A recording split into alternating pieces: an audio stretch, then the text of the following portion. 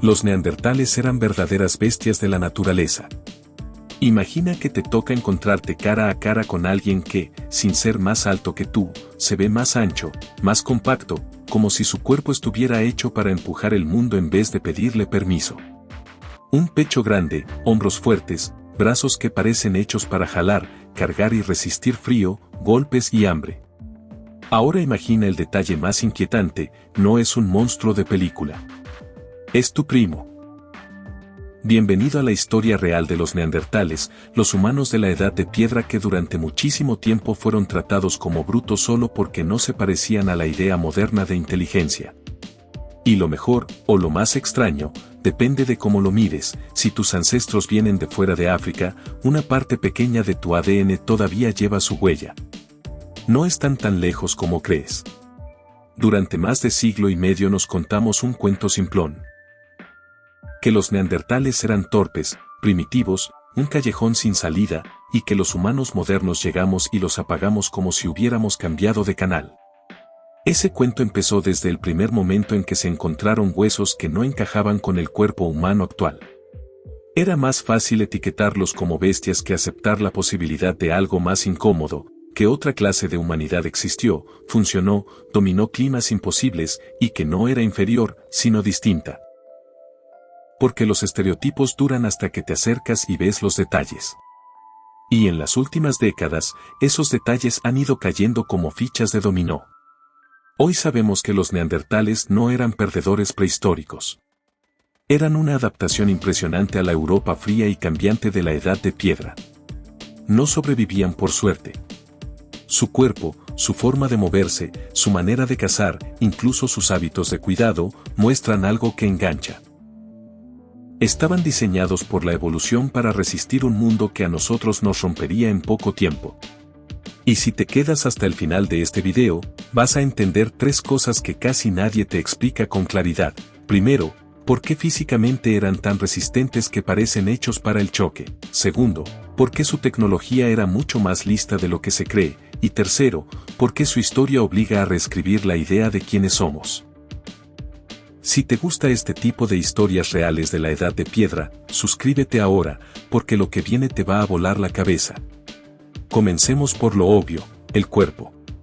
Los neandertales no se veían como el cavernícola encorvado y medio tonto que enseñaban antes. Eran robustos, sí, pero no por primitivos.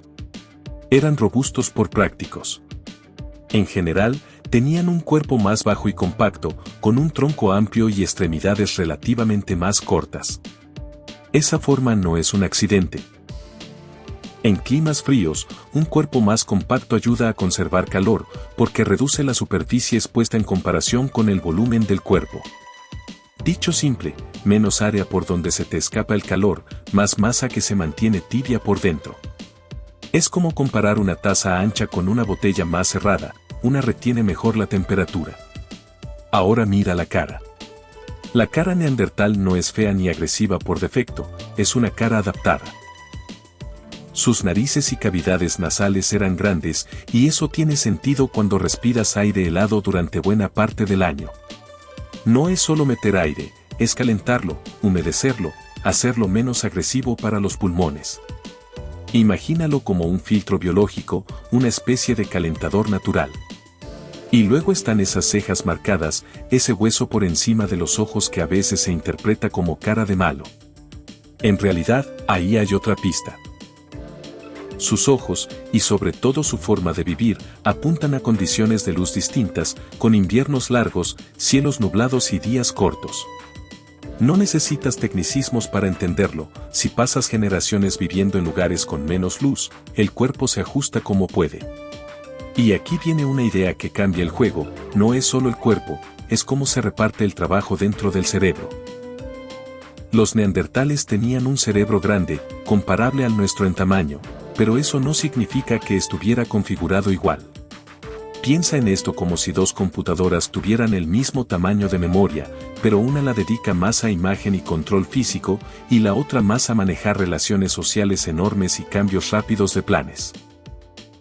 Los neandertales vivían en grupos pequeños, en un mundo hostil, donde ver bien, moverte bien, resistir bien y cazar bien podía ser la diferencia entre cenar o morir.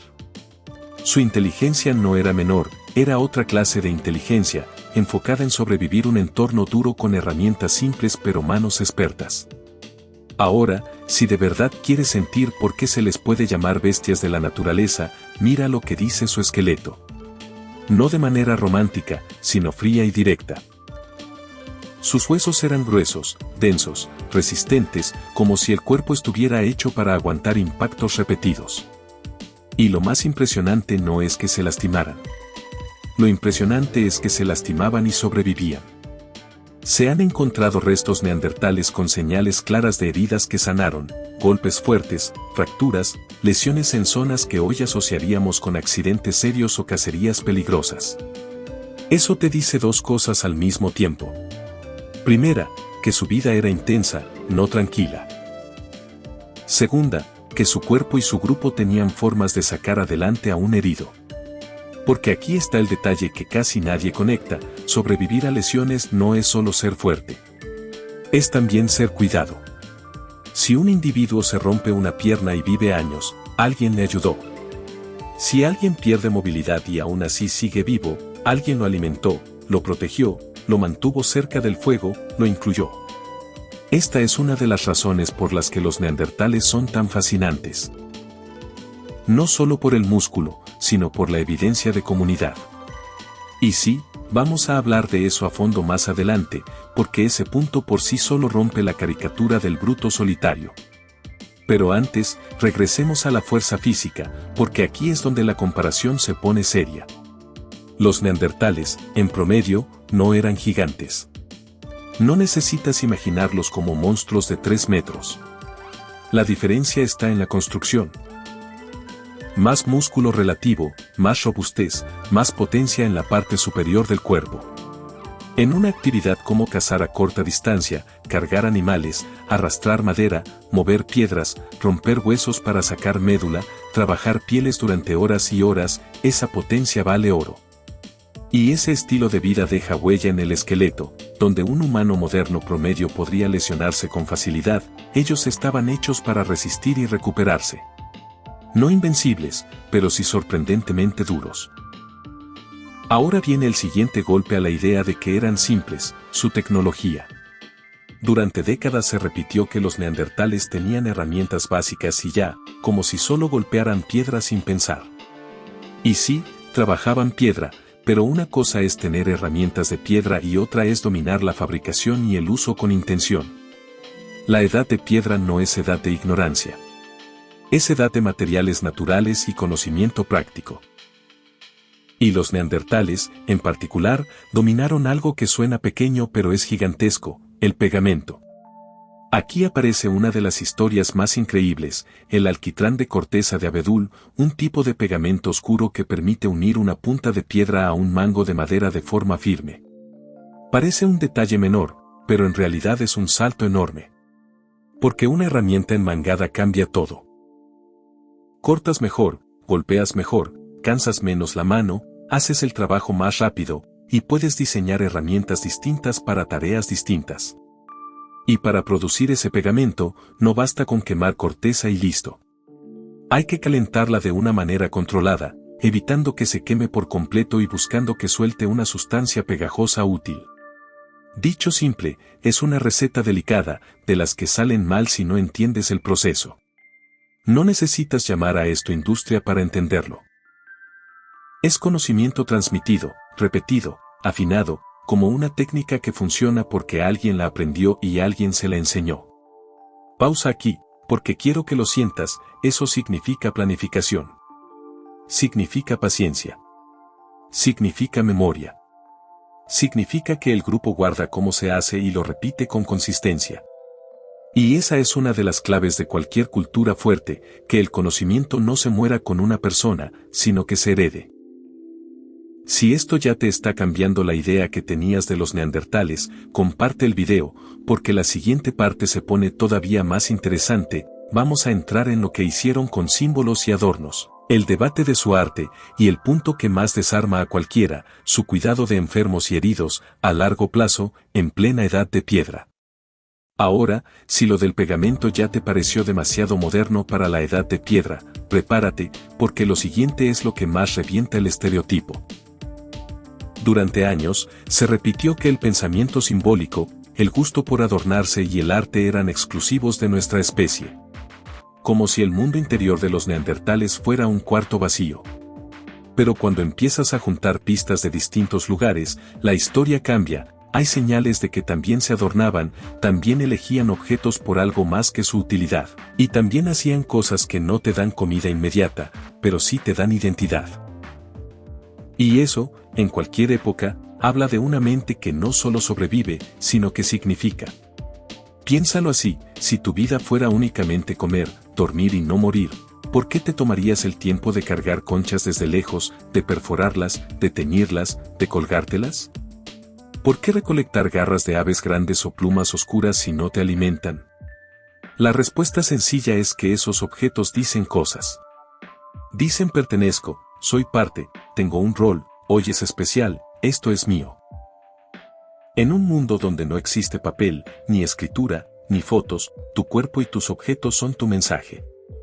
Y eso se vuelve todavía más importante cuando vives en grupos pequeños y tu seguridad depende de ser reconocido, aceptado y recordado. Se han encontrado en varios sitios evidencias de que los neandertales manipulaban pigmentos como el ocre, ese polvo rojizo que mancha la piel y las manos y que puede usarse para pintar, marcar o proteger. No necesitas imaginar una galería como la de hoy. Basta con imaginar lo básico, alguien moliendo una piedra roja hasta hacerla polvo, mezclándola con grasa o agua, pintándose una franja, marcando un objeto, dejando una señal. Y cuando esa misma idea aparece en distintos lugares, no suena a accidente, suena a costumbre. Algo que se repite porque tiene sentido para ellos. Ahora, aquí entra el tema más discutido y, al mismo tiempo, más fascinante, las marcas y pinturas en cuevas. Hay cuevas donde aparecen señales antiguas, formas simples, líneas, puntos, manchas colocadas en lugares específicos. No siempre son animales perfectos como los que mucha gente asocia con el arte rupestre. A veces son cosas más abstractas, por decirlo fácil. ¿Qué significa eso? Que podrían ser marcas de paso, señales de un ritual, símbolos de grupo, un aquí estuvimos, o incluso una forma de contar algo sin palabras. Y sí, hay debate sobre quién las hizo en cada caso, porque en algunos lugares hubo ocupaciones distintas a lo largo de miles de años. Pero la idea central no se mueve, los neandertales no vivían en un mundo mental plano. Tenían símbolos, tenían costumbres, tenían identidad. Y ojo con esto, muchas veces, cuando la gente escucha arte, se imagina el objetivo moderno, decorar. Pero en la edad de piedra, hacer una marca en un lugar profundo, oscuro, difícil de alcanzar, podría tener un propósito totalmente distinto.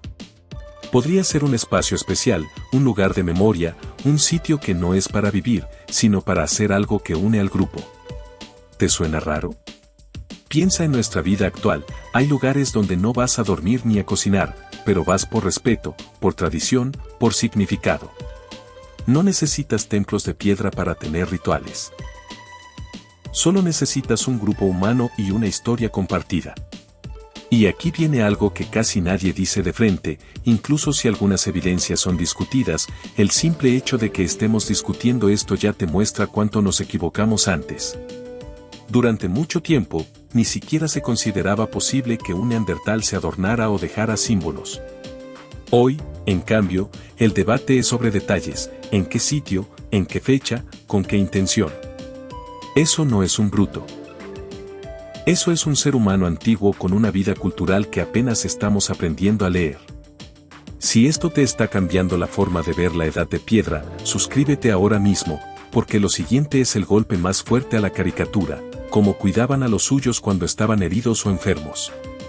Porque sí, puedes ser fuerte, puedes cazar, puedes resistir frío, pero si tu gente se rompe y tú la abandonas, tu grupo se vuelve frágil. Y los neandertales, por lo que muestran varios restos, no funcionaban así. Lo que se ha encontrado en algunos esqueletos es tan claro que da hasta escalofrío, individuos que vivieron muchos años con lesiones serias, con limitaciones fuertes, con condiciones que les habrían impedido cazar o moverse como el resto. ¿Cómo se explica? De una sola manera, alguien los sostuvo. Alguien los alimentó. Alguien los acompañó. Alguien decidió que valía la pena. Hay un caso muy famoso, encontrado en una cueva en la región que hoy es Irak, que se usa casi como símbolo de este tema. Un hombre neandertal con señales de golpes antiguos, con partes del cuerpo que no habrían funcionado igual, con desgaste fuerte, con dolor crónico evidente en sus huesos. Ese tipo de vida no es me lastimé y me morí al día siguiente. Es me lastimé, sobreviví, seguí viviendo. Y para lograr eso, no basta con aguantar. Necesitas apoyo constante. No estamos hablando de primeros auxilios de un rato. Estamos hablando de años. Imagina la escena real, sin romanticismo, el invierno llega, el viento corta, el grupo necesita moverse, cargar cosas, buscar alimento. Una persona con una lesión grave no puede seguir el ritmo. Si la dejas atrás, se muere. Si la llevas, alguien sacrifica velocidad, energía y seguridad para cuidarla. Eso cuesta. Y que aún así lo hicieran significa algo profundo. Que en su lógica social, el valor de un miembro no era solo cuánto produce hoy, sino quién es. Y esto, de nuevo, es humanidad en estado puro, mucho antes de cualquier ciudad, de cualquier escritura, de cualquier sistema formal. Además, hay señales de que no solo cuidaban con cariño, sino que tenían prácticas útiles para aliviar molestias y mantener la vida diaria funcionando. Por ejemplo, en dientes neandertales se han observado marcas y desgastes que sugieren que usaban palitos o fibras para limpiar entre dientes. Puede sonar pequeño, pero piensa en una infección dental en la edad de piedra, un dolor que no te deja comer, fiebre, debilidad. Si encuentras maneras de reducir ese dolor, estás aumentando tus chances de vivir. También hay restos que indican que comían ciertas plantas que no parecen comida rica, sino cosas amargas o raras que bien podrían haber servido para calmar dolor o molestias. No necesitas saber nombres químicos para entenderlo. Cuando algo te ayuda, lo recuerdas. Cuando te mata, lo evitas. Y con miles de días de experiencia, ese conocimiento se vuelve parte de la vida del grupo. Y aquí es importante decirlo sin exagerar, no estamos pintando a los neandertales como médicos modernos. No tenían herramientas modernas, ni cirugías como hoy, ni antibióticos. Pero sí tenían lo que cualquier comunidad humana puede desarrollar con tiempo y atención, observación, práctica y transmisión de esto funciona. Un grupo que vive cerca, que se cuida, que comparte, aprende rápido, que planta calma, que resina protege una herida, como entablillar un golpe, como calentar y descansar una zona, cuando alguien necesita quedarse cerca del fuego. Y ese tipo de cuidado se nota en los huesos curados, en la gente que vivió más de lo que debería según la caricatura del mundo prehistórico. Ahora, aquí viene un punto que te va a hacer ver distinto la palabra bestia. Porque cuando la gente dice bestias de la naturaleza, se imagina violencia y fuerza bruta. Pero el verdadero nivel bestia de los neandertales podría estar en otra parte, en cómo combinaban resistencia física con cooperación social. En otras palabras, no era solo músculo, era tribu. No era solo cazar, era organizarse. Y eso nos lleva a la siguiente gran pregunta, ¿cómo se comunicaban? ¿Podían hablar como nosotros? ¿Qué tanto se entendían entre sí? Eso lo vemos en la parte 3/4, donde vamos a entrar en el tema del lenguaje, la convivencia con humanos modernos y el detalle que cambia todo, ¿por qué los neandertales no se extinguieron de la forma simple que nos contaron? Vamos con el tema que siempre enciende la discusión, la voz. ¿Los neandertales hablaban? La respuesta más honesta es, no podemos escucharlos, pero cada vez hay más razones para pensar que sí podían comunicarse con bastante complejidad. Y aquí no necesitamos palabras raras para entenderlo. Si tú ves a un grupo cazando de cerca, coordinándose, moviéndose sin hacer ruido, repartiendo tareas, cuidando a heridos, enseñando a niños, compartiendo técnicas como hacer pegamento y enmangar herramientas, eso no ocurre con puro gruñido. Eso ocurre con señales, con reglas, con acuerdos. Puede ser una mezcla de gestos, sonidos, palabras simples o complejas, pero tiene que haber comunicación estable. Además, piensa en esto, los neandertales no vivían un par de años.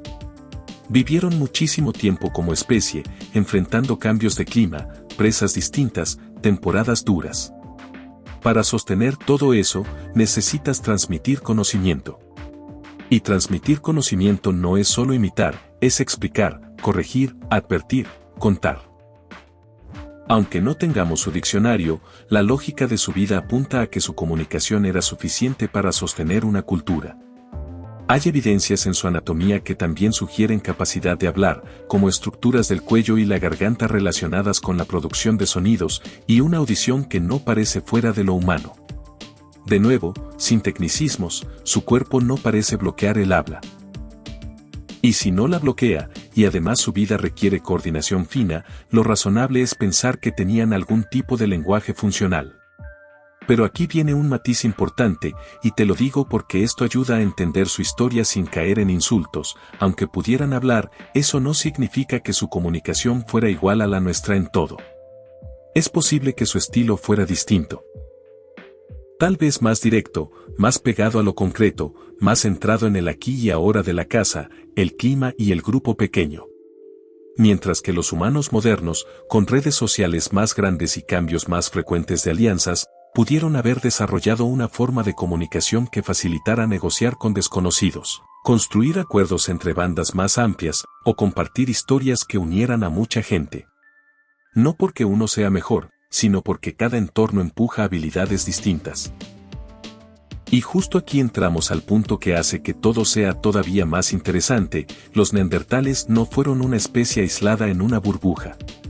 Coincidieron con humanos modernos en varias regiones durante miles de años. No fue llegaron y al día siguiente desaparecieron. Fue convivencia. A veces competencia, sí. A veces intercambio. A veces distancia. Y también, algo que ya es muy aceptado, hubo mezcla. Se cruzaron. Tuvieron descendencia. Y ese detalle cambia la conversación para siempre, porque significa que no estamos hablando de ellos como si fueran extraterrestres. Estamos hablando de una humanidad paralela que, en parte, terminó mezclada con la nuestra. Iaco. Y viene el dato que a mucha gente le vuela la cabeza: si tu familia viene de lugares fuera de África, es común que tengas un pequeño porcentaje de ADN neandertal. No es que seas medio neandertal. Es una fracción. Pero esa fracción existe. Y no llegó ahí por magia. Llegó por encuentros reales, por convivencia real, por generaciones reales. Y esto es súper importante para entender que los neandertales no eran tan distintos como para no poder formar familias con humanos modernos. De hecho, para que haya mezcla sostenida, tiene que haber cercanía social. Nadie se mezcla por accidente miles de años. Algo tuvo que conectar. Ahora, lo más interesante no es solo el porcentaje, sino qué significa. Esa herencia neandertal pudo haber ayudado a humanos modernos a adaptarse a nuevos ambientes, sobre todo al salir de zonas más cálidas y entrar a climas fríos y enfermedades distintas. Piensa en el sistema de defensas del cuerpo como un conjunto de llaves. Cuando llegas a un ambiente nuevo, hay cerraduras nuevas, microbios distintos, climas distintos, comida distinta. Tener genes ya adaptados a esa región puede ser una ventaja. Y los neandertales llevaban muchísimo tiempo viviendo ahí. Así que, al mezclarse, algunas de esas llaves pudieron pasar a nuestra especie y ayudar a sobrevivir. Ahora, no todo es ventaja limpia. A veces, lo que te ayuda en un ambiente puede darte problemas en otro. La biología funciona con intercambios. Mejoras algo y pagas algo en otro lado. Pero la idea general es clara: esa herencia no es basura. Es parte de la historia de cómo nuestra especie se acomodó al mundo. Y entonces llega la pregunta que siempre queda flotando: si eran tan resistentes, tan adaptados, tan capaces, ¿qué les pasó? ¿Por qué dejamos de verlos como neandertales puros en el registro de restos? La respuesta no es un botón de apagado. Es una mezcla de cosas, y la palabra clave aquí es vulnerabilidad por tamaño. Los neandertales, por lo que se entiende, vivían en grupos pequeños, dispersos, con densidades bajas de población. Y cuando tienes grupos pequeños, cualquier golpe te puede tambalear. Un invierno malo. Una temporada sin presas. Una enfermedad. Una serie de malas decisiones. Un accidente. Si eres un grupo enorme, te recuperas. Si eres pequeño, te puedes quedar sin gente en pocas generaciones. Además, su especialización al frío, que era una ventaja en épocas duras, pudo convertirse en problema cuando el clima empezó a cambiar. Porque la Europa de la Edad de Piedra no fue siempre igual. Hubo periodos muy fríos y periodos menos fríos. Y cuando cambian las condiciones, cambian los animales, cambian las plantas, cambian las rutas. Un especialista domina un mundo específico, un generalista se adapta a más escenarios. Y ahí es donde los humanos modernos, con redes sociales más amplias y tal vez más intercambio entre bandas, pudieron tener ventaja para reorganizarse rápido. También está la competencia, claro. Dos grupos humanos que cazan presas similares y usan territorios parecidos pueden presionarse entre sí. No necesitas imaginar una guerra constante. Basta con imaginar que uno de los grupos tiene más conexiones, más intercambio, más gente, y que puede reponerse mejor cuando algo sale mal. En un mundo así, el que resiste no siempre es el más fuerte físicamente. A veces es el más conectado. Y aquí viene el giro final que cambia todo, incluso si los neandertales desaparecen como grupo identificado, una parte de ellos sigue. Porque se mezclaron. Porque pasaron sus genes. Porque dejaron huella. Entonces no es correcto imaginar que se borraron. En muchos sentidos, se integraron. Se diluyeron dentro de poblaciones humanas modernas con el paso del tiempo. No es una historia de los aplastamos tan simple. Es una historia de convivencia, competencia, mezcla y transformación.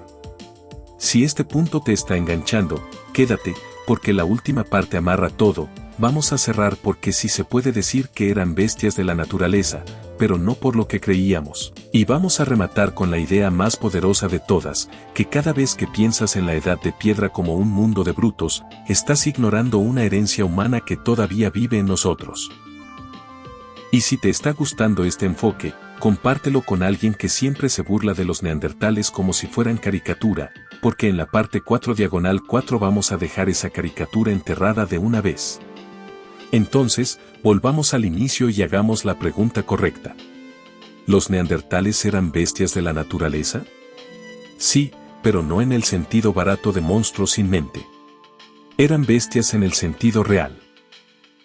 Organismos humanos diseñados para resistir, adaptarse y sobrevivir en uno de los escenarios más rudos que puedes imaginar, con herramientas simples en materiales, pero complejas en conocimiento.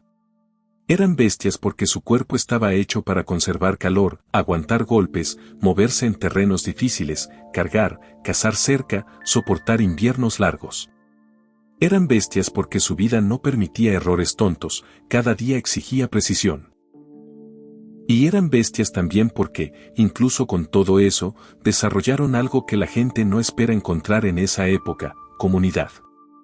Cuidado. Transmisión de conocimiento. Cultura. Si lo piensas bien, lo más impresionante de su historia no es que fueran fuertes. Es que fueran fuertes y, aún así, humanos en el sentido completo. Capaces de enseñar, de sostener a un herido, de repetir una técnica complicada como el pegamento, de usar pigmentos, de cargar objetos que no sirven para comer, pero sí para hacer. Esa combinación es lo que revienta el mito. Porque el mito decía, eran músculos sin mente. Y la evidencia apunta a, eran mente y músculo, pero con prioridades distintas a las nuestras. Y ahora quiero que te quedes con una imagen simple. Imagina una noche fría en la Edad de Piedra. No hay casas, no hay calefacción, no hay luz artificial. Solo fuego, pieles, piedras, madera, cuerpos juntos. Un grupo pequeño. Si el fuego se apaga, todo se complica. Si alguien se enferma, todo el grupo lo siente. Si alguien se lesiona, alguien más toma su lugar y, al mismo tiempo, alguien lo cuida. Ahí, en ese círculo, está la clave de por qué sobrevivieron tanto tiempo. Su vida era dura, sí, pero su organización era inteligente. Y esa inteligencia no siempre deja inventos bonitos para museo.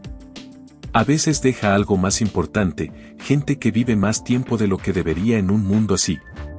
Ahora, hablemos con claridad de por qué su historia reescribe la nuestra. Porque durante mucho tiempo nos gustó contarnos como los héroes inevitables, llegamos, fuimos superiores, ganamos. Esa historia es cómoda, pero no es tan real. La realidad se parece más a una mezcla de caminos. Los humanos modernos no llegaron a un continente vacío. Llegaron a un continente donde ya había otros humanos. Y en vez de ser una película de un solo protagonista, fue una historia con encuentros, algunos tensos, algunos distantes, algunos cercanos. Y sí, algunos terminaron en familias, porque de ahí viene esa huella genética en personas de muchas regiones.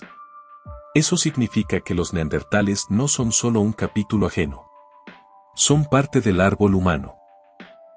Y cuando entiendes eso, se vuelve imposible seguir hablando de ellos como si fueran animales torpes. Eran humanos de otra rama, con un diseño distinto, con una cultura distinta, con un mundo distinto. Y por eso mismo, su desaparición como grupo separado no necesita una explicación de eran tontos. No. Hay explicaciones más realistas. Poblaciones pequeñas, cambios de clima, competencia por recursos, redes sociales distintas, periodos malos acumulados y, finalmente, mezcla con poblaciones humanas modernas que los fue integrando hasta que su línea pura se fue borrando, pero su herencia quedó. Y aquí viene algo que te quiero dejar como anzuelo final, porque esto aumenta la retención y te hace ver la edad de piedra con otros ojos. Cuando tú te adaptas a un clima nuevo, cuando tu cuerpo responde a enfermedades, cuando tu piel y tu sistema de defensas funcionan de ciertas maneras, parte de esa historia puede tener raíces en encuentros antiguos. No es magia. No es misticismo. Es biología con memoria.